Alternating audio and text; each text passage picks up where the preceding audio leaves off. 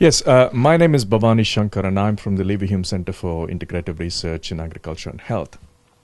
And I lead a pillar in this project, which is all about policies and strategies in the agriculture sector and the way in which they impact nutrition. The impact that we hope to have from this stream of activities is actually to make an impact on agricultural policies and strategies amongst countries in the region.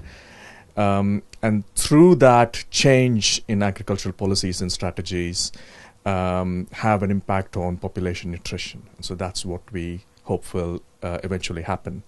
And now in the earlier part of the LANSA project, a lot of the research concentrated on positioning agriculture within the context of everything else that affects nutrition, like sanitation and health and disease and so on.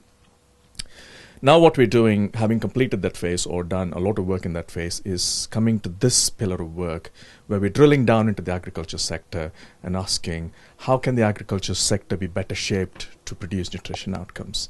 And we have a great emphasis on policies and strategies because these policies and strategies apply at a very large scale almost automatically. And so they scale up really well and they affect population nutrition outcomes more easily perhaps than individual nutrition interventions, which then have to be scaled up very substantially. So to give you an example, things like the public distribution system in India, which is a massive undertaking that provides subsidized food to certain sections of the population. Another example, the history of crop diversification in Bangladesh. There's a long historical strategy of crop diversification. What implications has that had for nutrition outcomes, and how can it be strengthened? So these are the sorts of questions that we'll be asking. I can give a further example of one particular project we're looking at within this stream of studies.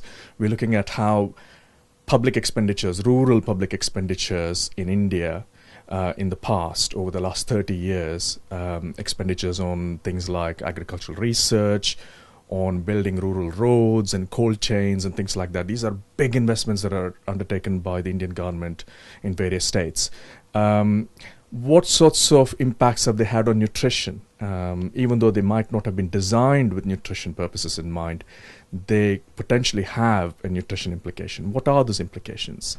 So in other words, what is the nutrition return from investing in infrastructure or roads or cold chains or agricultural research and so on? So by looking at these policies and strategies and how nutrition sensitive they are and how they can be made more nutrition sensitive, we're trying to have an impact on population nutrition through this stream of work.